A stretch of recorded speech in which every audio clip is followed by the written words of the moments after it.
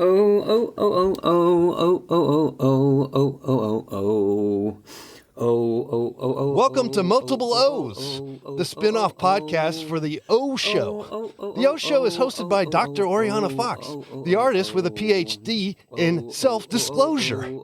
You hopefully know the spiel by now. If you're interested in candid confessions, creativity, nonconformity, and mental health, you've come to the right place.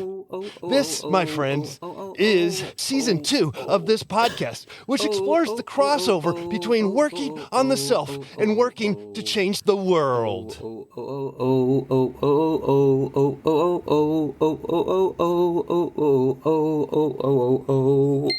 Have you ever said to yourself, I love that Oriana Fox makes art all the time?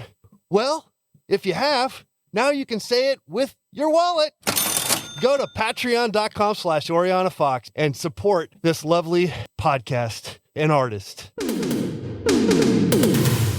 Hello, this is Oriana. Thank you for tuning in to Multiple O's. You know the deal. This is another in a long series of interviews I did on Instagram back in May 2021. This one is with 2 founding members of the collective known as the Golden Brown Girls. They're the artists Shannon, Tamara, Lewis, and Indrani, Ashe. Without further ado, here's the interview.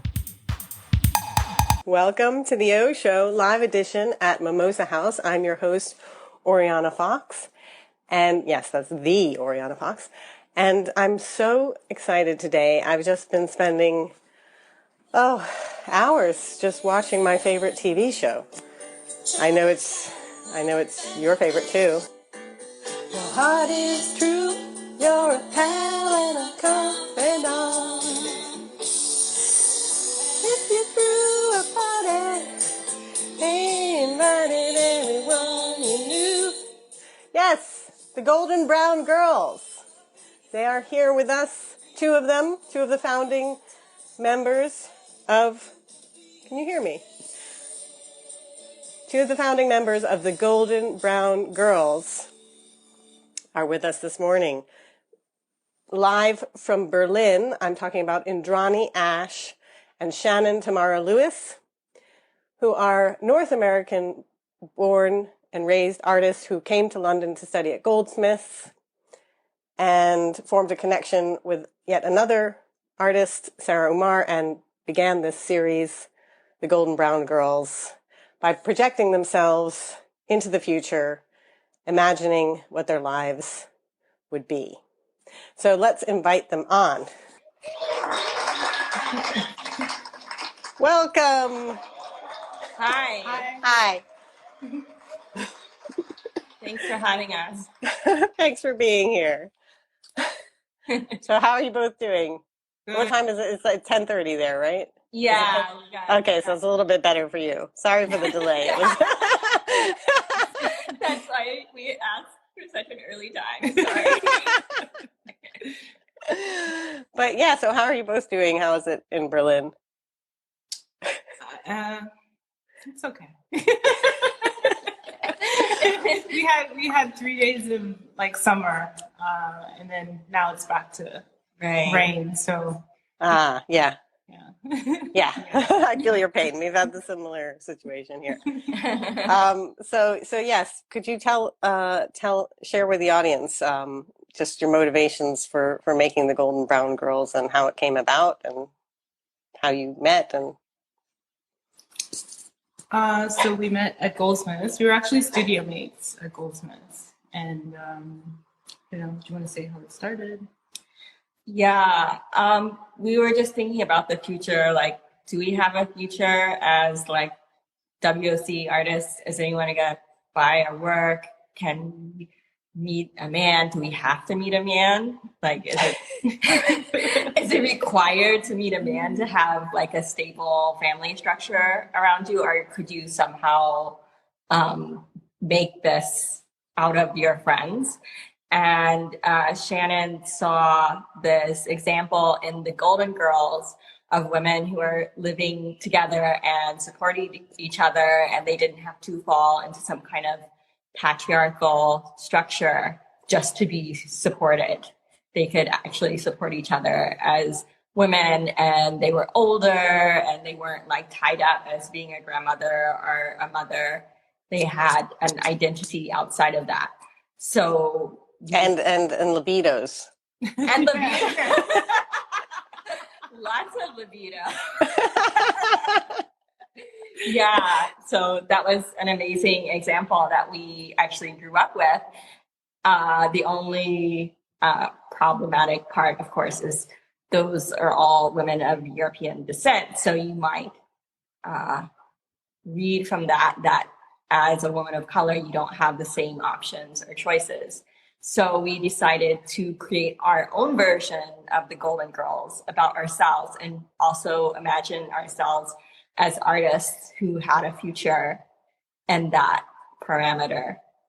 And I think there was also this looming anxiety because our program was finishing and we didn't know if we could stay in London, and we didn't know if we had to go back to North America. And so it was also this idea of strategizing our anxiety together, like making something and meeting people who also had these sort of anxieties, and thinking about the future together and plotting the future together. Right. If you look at the structures at play, you can say, I am doomed. I'm truly doomed. So you have to think about creating your own structures. Yeah. And together, and it's also like the laughing versus crying. Like if you look at the structures and you see no examples, you can say I'm doomed and cry. But also you can get together with your friends and write some episodes and have some laughs as well too. And like this is also part of what the Golden Brown Girls is about too. Right. Amen. And can you say more about the collaborative aspects? I know you've brought on, you have a third founder, and also you've brought on you've invited other people to collaborate. So yeah. How's that worked? We invite people to collaborate, new people to collaborate on every episode. Basically, we get into different art galleries or festivals and find people through the structures. People are allowed to stay on if they want to collaborate some more, or they can also leave if they've got other things to do. And yeah, we write with them. We ask what their issues are. So we started with our issues, writing what was on our heart and at Goldsmiths. And then we also asked other people what their issues are that they feel they need to discuss our platform. So we're listening to them and responding to them to create a new episode. I mean, quite interestingly, in London, we worked with people involved in theater and actresses as well too. Intergenerational stories as well too in the South Asian British community. And that was quite an interesting perspective as well too. Right. It's the principle that if we feel the structures did not support our stories, there are surely many other stories out there that are not supported by these mainstream kind of media structures. Absolutely. And the futures that you imagine, I mean, some characters go on, have children or is it single parents, and others remain childless. So is that reflective of your own kind of desires for the future, or thoughts about the future and reproduction? I think we just don't know about the future, and that we could see many versions of reality happening. And I think we weren't even comfortable limiting it to a utopian vision. We actually want to talk about problems and darkness as well as utopian possibilities. So it's fluid. It's not. Well, which one is utopian? Yeah. I think for myself too, so I'm also a single mother and an artist, and this is also something I wanted to talk about as well too, because it's like a lot of the women that you see who have success in the art industry usually had children like a lot later. And so there's also these sort of pressures about, I mean, these are in a lot of industries, pressures about like career versus child rearing. And for myself, I also wanted to show or talk about alternative structures and like non-nuclear families necessarily, and community raising children as well too is super important. And because for me, that was how I was able to do my MA and to be in London, because I had such a great community around me too. Mm-hmm. For me, I just feel like I don't know if I will ever be not precarious enough to have a child, to have this like financial stability that would support raising a child. So that's really scary for me, that I feel like I don't have a choice in the matter.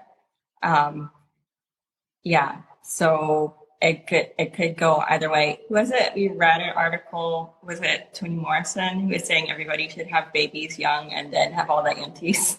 Well, this is what, your golden aunties to help you out. Yeah, there's more than one way of thinking about it. Yeah. And we're always like sold this false narrative. Like there's this article that came out in The Guardian that, you know, the idea that you have to have babies before 35 is a complete lie based on studies in the 1700s. And they've also found out that the later you push it, that you shouldn't shame women in this way, because the later you push it, the more income you have on average. So they just sold us like a complete lie. They're always like telling us, oh, you must do it this way, instead of thinking of multiple ways that you could do it. Or instead of providing support for people, you know, like a social safety net that would allow people to, you know, to choose to have children, even if they aren't, you know, extremely well off financially. Right.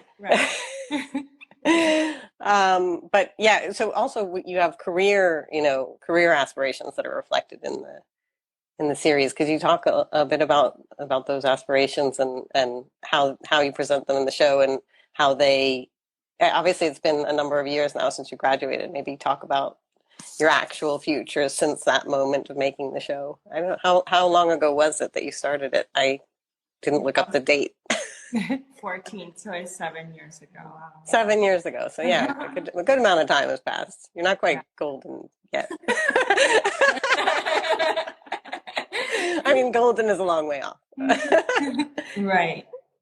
I think that's a funny point, because we also, when we worked with people, we said you can imagine yourself any way you want in the future, and not everyone imagined a successful scenario. So I also thought that was like really interesting too, this drive that, like, even though some people thought it wasn't going to work out, they were still going to pursue it. And so I thought that was kind of like an interesting aspect. But for me, I mean, I imagined it working out. I imagined that somehow, you know, we're planning retrospectives and we have the career of our dreams, you know? Yeah, that's my dream, that I'm just able to keep working and I'm able to hold on to my work and keep it safe. And then I'm able to have that big retrospective.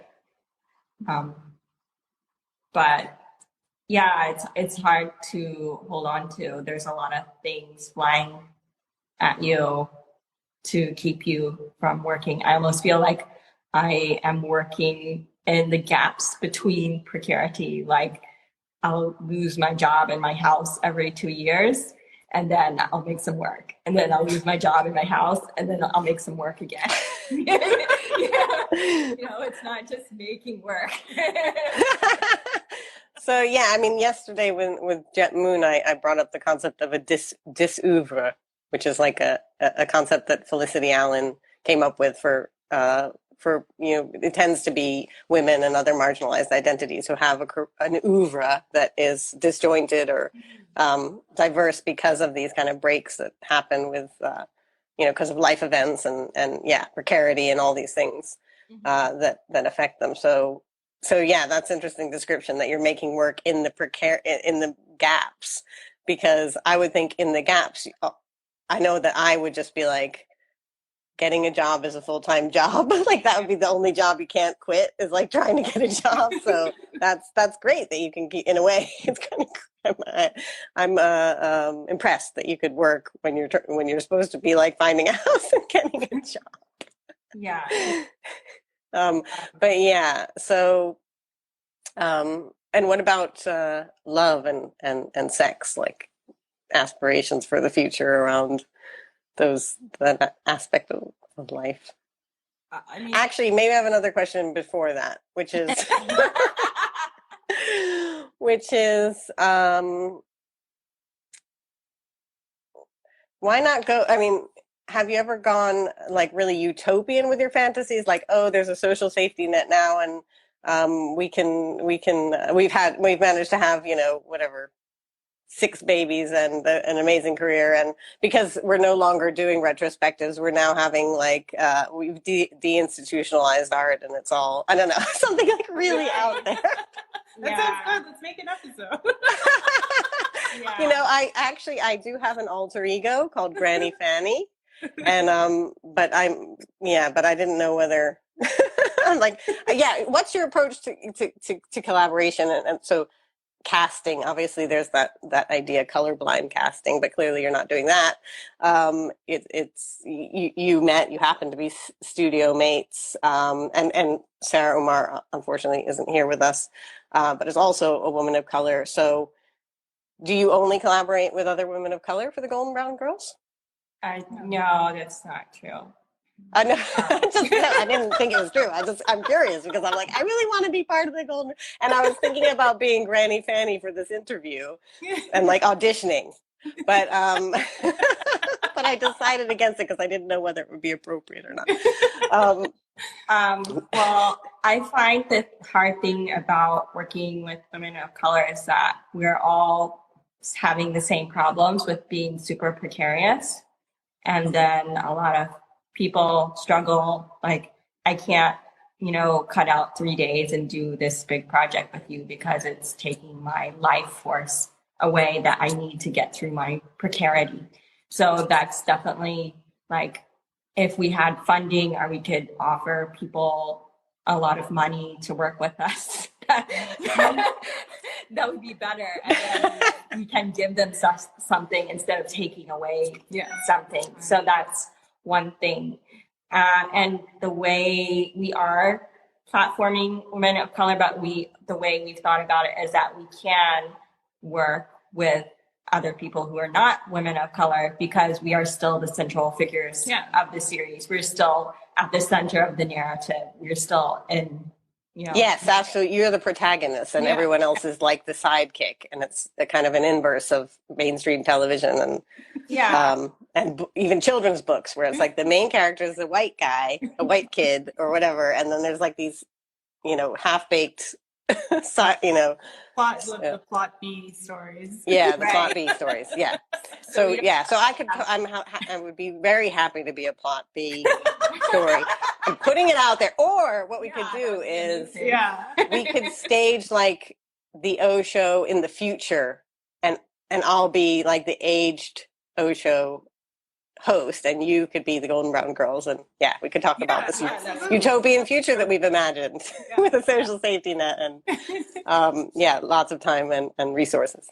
And to answer your question, that's usually how it works. Like, we will be in an environment where we're hanging out with other creatives or whoever, and we'll just have a conversation and be like, oh, wouldn't this be great? And we sort of end up making an episode that way, like that's exactly how it happens. It's usually quite organic. Right. And so to get back to the libido sex life. Oh yeah, so there are also masculine identified people in the show. It's not all women.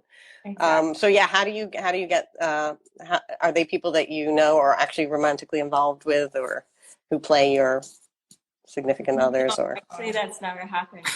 It's never happened.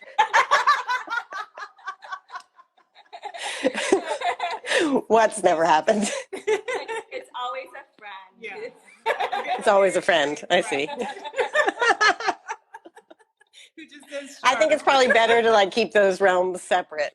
I mean, some people can do that, but it's just more that it's more play and like imagining possibilities rather than like locking down something that's current or that exists. We're trying to like show different sort of living situations, different scenarios that again, like your libido and your sexuality doesn't end at 30, like just to see how that plays out into the future.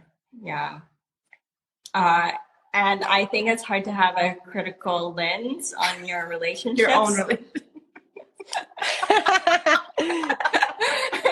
if it seems like real life, like you can do it in play and fantasy and say, oh yeah, and then the guy does this, you know, but you can't actually aim that at your partner. Yeah. On camera. It's not gonna work for them, right? So that's how it works. Yeah, but are they idealized in any way? The significant others portrayed, or are they kind of imagined reality or closer to reality, what you imagine, or were they are they doing the dishes and and folding the clothes or whatever? I think there's a fear, there's some idealization and there's some complaining, right? I think there's a good mix. Saying we'll probably still have some of these problems. Right. Because we haven't totally eradicated the patriarchy, maybe. So we're still dealing with some issues. And in a way, it's like, because you're still talking, you still need to like imagine these problems to work them out in a way. Like if you just have this idealized future of relationships, then it doesn't help you necessarily work through the current time to get to the utopia in a sort of way. Like how did we fix relationships? Like how did that happen? Yeah, you know? How did that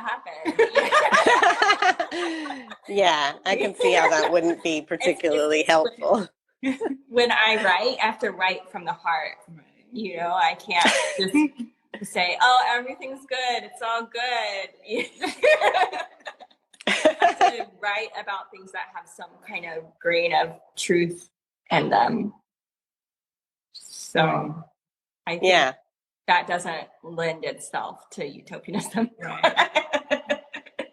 Yeah. So Indrani answered about the whole making work in the precarious gaps, but Shannon, could you say about your kind of reality in Berlin and your career and yeah, I think right now like I'm in a good place. I'm making work. I have a gallery right now, and I have some shows coming up.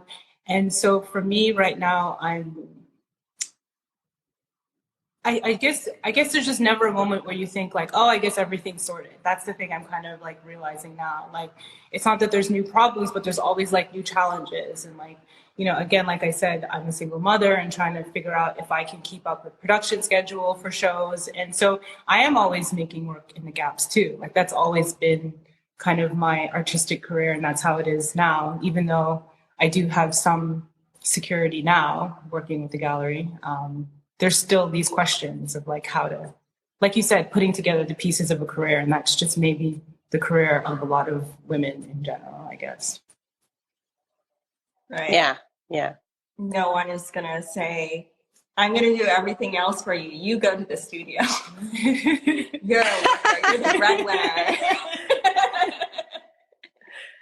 Here's your dinner. And I birthed my child for you between my legs somehow. Even though I'm gonna get that surrogate, or I'm gonna or adopt. Actually, surrogacy is a little bit. I wanted to bring up something that Indrani has been a guest has been interviewed for Multiple O's with podcast spinoff for the O Show, and there was something that you said I wanted to bring up. But now it's like completely gone out of my brain. Oh. That's another O. Oh, shit. What did we talk about? We talked about your project. Maybe it was, yes, this was it. You made the point that like first rule of viral content is be sexy. And you were like, what were we thinking with the Golden Brown Girls? Why would we think that would ever work? I said, I don't know. I was like, yeah, we're going to make a web series and be really funny and popular. And then we'll just like burst onto the scene because it's like viral content, you know? and you're like, probably not. I mean, because there are layers. It's not like super easy to be digestible. But also, I have to say, I find like the Golden Girls super sexy. Like that's also part of the thing. Yeah, I think you are. I agree with that. So, but maybe this is also, yeah, I guess it has to do with like, if what you find is sexy is the popular thing, is the trendy thing. I don't know. Can I? Yeah, sexy for not that many people. That was another thing Indrani said. Not that many about people. That's exactly what I said about my blog. That it was sexy for not that many people, and I failed to. I put all this stuff on social media and thought it is sexy for smart, funny people, but but that's sexy for that many people. I would just say last night I was just, how you accidentally look at your phone when you shouldn't. And I saw some viral content on Facebook, and it was a blonde girl with long hair and a tank top. And she was like rolling a wine glass and frosting. And the friend who was holding the camera was going, "Ooh, that looks so delicious." So basically she was making porn sounds while they were making a dessert. It was like soft porn making a dessert, pretending to be making a dessert. Soft porn meets domestic goddess. Like that's the formula. It's like, oh, this is what viral content is. It's like making a dessert, but actually making these sounds and looking like it's porn. Right. But I also feel like, actually, sorry, go ahead. I think it's also our jobs as creatives and artists to also push the boundaries of the definitions of these words. So it would also be not interesting to us to do anything that we thought was popular, but just not interesting to us because the structures stay the same. Right. And it comes from pushing the boundaries of what that is constantly. And it's difficult, right? Because it's not the first idea, it's not the second idea, it's more the 10th and the 20th time people hear it. They go, okay, yeah. And then that's how the structures change. So you have to be committed to a little bit of not success for for a long time. If you want to make something interesting, you will not be successful at first. You will be pounding on the door for years. If it's so easy, they're opening the door right away, it's because you're doing something that's expected. Right, that's already within the bounds of the structures. Yes, that's exactly what I was thinking, actually, or especially listening back to Indrani's comment about the first rule of viral content. I was like, but that wasn't really your goal. But yeah, but at the same time, yeah, the mainstream success has an allure, obviously, because it would mean financial stability potentially, So yeah, I was like, that wasn't really, but yeah. So how so it's ongoing? Yes, is it ongoing? When's the last time you made an episode? We allow ourselves to take breaks. So I think we made something in 2019 and I put it out at the end of last year. Mm-hmm. So we made 2 episodes with Christine in 2019. Christine Sweeney, who's a writer. Right. Yeah. And we put it out last year. So allowing ourselves to take breaks and do other things and work on individual work and not being tied to it. And this is also how it adjusts to the precarity. Yeah. If you want to do something and do it straight through for years, you have to have a major network funding you, right? Yes, I understand that completely. Yeah. So, the O show has its own precarity problem. Right. I've been making this series since 2011, and I've made 10. This is kind of season 10, but each season has had 1 episode, and there's been gaps of 6 years between things. Anyway, So could you say a little bit about maybe the connection between? Is there a connection between your wider practice? I know Indrani's work to a greater extent definitely links, but with yours, Shannon, you're a painter. Yeah. But do you see links? Was this your first time performing in video or making videos and making performance to camera? absolutely. It was your first time.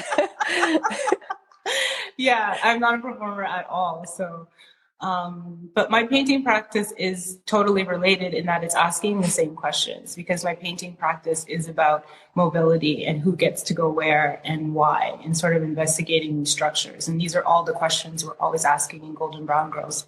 So it's always, these conversations are always informing each other. And yeah, I think this is the only place where I kind of perform. I'm pretty much behind the scenes in all other work that I do. Cool.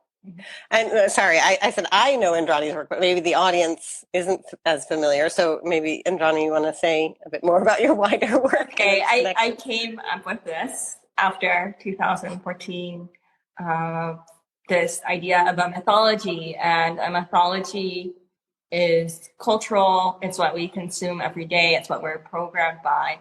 And I'm creating necessary counter mythologies. So if we think only certain type of people get to reproduce and be successful, this is a counter mythology that widens the possibilities for all of us, that other people can be successful or reproduce as well, right? So I have different mythologies that I've been playing with. So 50 Shades of Grey, the unconventional women that you interviewed me about, that was a type of digital mythology. And I've been playing with this, my goddess gave birth to a goddess mythology. So a time-traveling Devi, our Indian goddess, who is both in European and American context throughout history and the future, and is kind of a cultural hybrid. So I'm showing a video about that right now in the Diasporic Rhizome show at South Asian Institute, which is a virtual exhibition. So I'm always thinking of new mythologies and this kind of freedom between media, that mythologies are inhabiting all kind of media, really allows me to explore diverse media and to think of new mythologies if I want to. I don't have to be a goddess forever. I can also do some autofiction and talk about personal things, how my own body and my own experience is political. So I can go back and forth between fantasy and real life and create these mythologies in different media. So Golden Brown Girls is definitely belongs as a mythology. It's one of my diverse mythologies that I've created. And I would definitely say, now that you say this idea of counter mythologies, that's also what my painting practice is also like too. It's also these figures and pieces of figures and fragmentation who are constantly mutating and taking different forms and pieces of themselves. And I think it also connects to what you were saying too about in the gaps, like making work in the gaps. And there's something about precarity that that helps you learn to be a good improv artist, that helps you be more creative in weird spaces of time. And it's kind of like this super secret power that you get from being precarious as well too. So it's about the fluidity and being able to take advantage of the cracks and move in these spaces. Right. We've both really talked about this term, the shapeshifter, and that women of color often have to shift their shape in order to be able to handle all the contexts that they're thrown into, and in order to survive, and also in order to get on top. So they're prepared for that multiplicity. Yeah, of kind of at all times. Right. Yeah. So yeah, speaking of context, what has been the response to the Golden Girls, maybe from the online audiences, or from, have you, I think you've shown it in gallery contexts or installation. Yeah. So what has been the response to the series? That was, I mean, I'll talk about Alpha Nova, but that was a great experience. I mean, that was kind of like, is that what we had no ideas when we started it that it would be that, but we basically had a show at Alpha Nova Gallery here in Berlin. And it was the middle of the winter, and we created the lanai and the lanai and golden brown girls, which is like the backyard patio space. And we had blue skies, and we had vegetation, and we had plastic flamingos. And we basically created this installation space that was also these little kind of like outdoor living room vignettes when you kind of gathered and watched TV with your family in the 80s, you know? And we had a screening of our old videos, in those spaces. And through this show and this opening, we met more people who wanted to collaborate. And then we actually turned that installation space into the set for a new collaboration. And it's just kind of this self-generating kind of project. Right. I would say that maybe not everybody stays in, like you can stay in, you can leave, as you wish, but we really value the connections that we've met, that sometimes like people just came to a workshop and they left the next day, but then you will see that person rise. Really? Oh, that person came to a workshop because they were like a star already.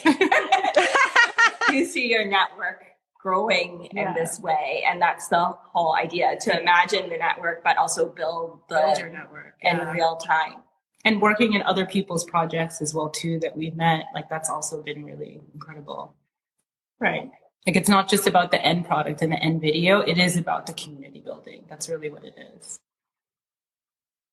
Excellent. And actually, I feel like that connects back to kind of what I was trying to say about retrospectives and imagining this future in which like our careers are taken care of by these institutions or collected. And then there's the kind of feminist question of like, is that really what we want to fit into, or do we want to create this alternative thing and community and maybe preserving our work, as a collective, as maybe a possible alternative. Like, I don't know.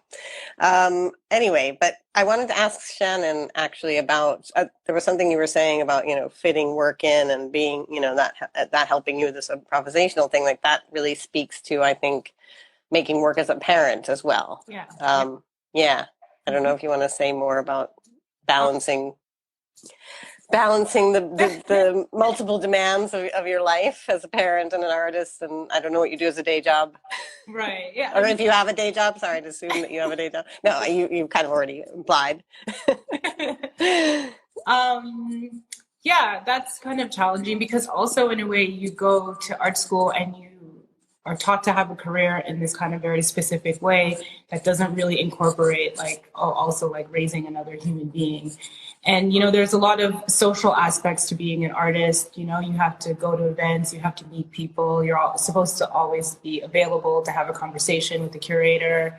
You're supposed to do residencies, and that's not something I was ever able to really do up until 2019 was the first time I ever did one, just because I don't have that kind of availability. So it's about, trying to work around these things and still make work, network a little bit enough, and trying to, figure out how to still do these things with this full-time responsibility, basically. And I mean, now that my son is a bit older, it's a little bit easier, but childcare is the main concern with that. Yeah, and what was it like imagining your son in the future? Like, because you have a character playing your son. How did you cast that role? Did you pick someone? A very brave friend.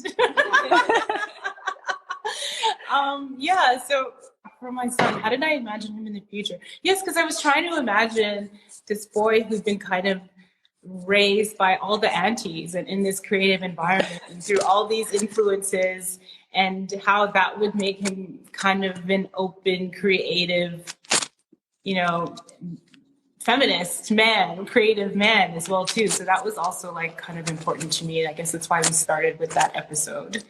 To exactly take this thing where you're trying to parent and be an artist and do this thing in the gaps, but here's the positivity. He has like a really wide community of really cool, smart, funny people that he's constantly surrounded by, you know, and that's also like a positive situation. So I also wanted to talk about the other side of that. Like, yes, it's hard, but here's also the benefit. Yeah. And on the flip side, or relatedly, how do you relate to kind of, I don't know, conventional femininity and masculinity, or like how are gender roles portrayed or imagined in the series? Could you speak a bit about that? How do we, I don't know. I have to say, I think we have been more concerned with how like femininity is portrayed in the series. I don't think we really like deconstructed masculinity in a way, because it's also like you don't want to center masculinity, because I feel like there's not a lot of space in the first place to talk about like our experiences. So we don't want it to take up like too much room. But I also, so it's another kind of B. Yeah. What do we call it before? It can be the B plot for now. B plot. I think what we tried to do in terms of like when I was portraying my son in the future as well was to not be locked down for like sexuality or gender, like just to keep it open. And that was the idea. Like maybe we're not necessarily deconstructing it, but like let's keep these spaces open. Let's not like heteronormatively sort of lock down some constructs that he has to mimic. Or like let's keep it open. Excellent.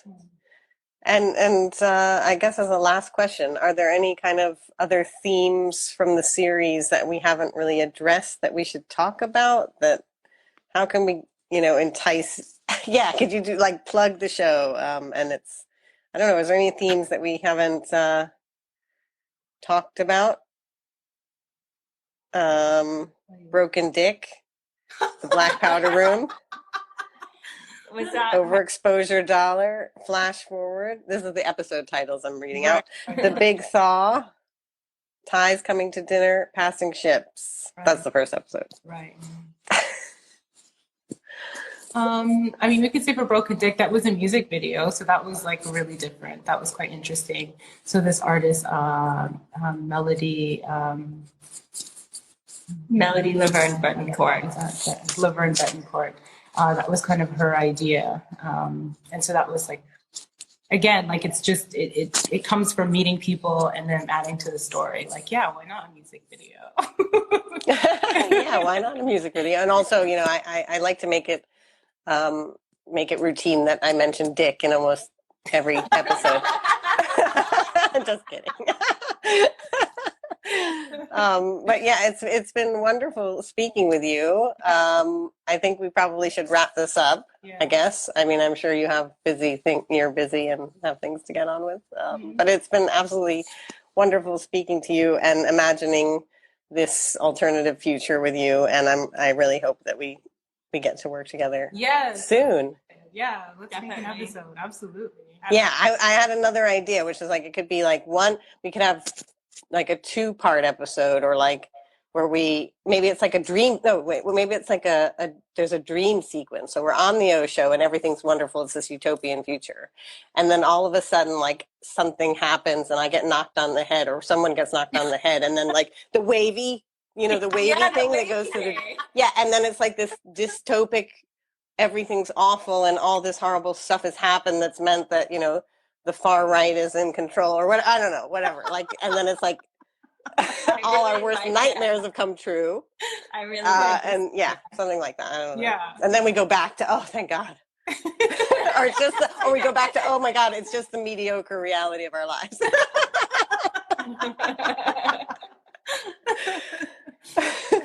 Anyway, thank you so much again. Yeah, thank you. You've been wonderful. I really appreciate you making the time. Thank you. All right, thank you. Bye-bye. Bye, everyone. Thank you for watching.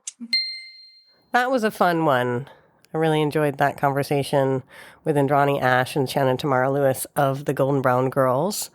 If you weren't already aware, I have spoken at length with Indrani Ashe in the prior season of this very podcast, Multiple O's. So if you're interested in her work, her solo work, do check that out. Hopefully I'll get a chance to speak to Shannon Tamara Lewis again about her solo work in more depth.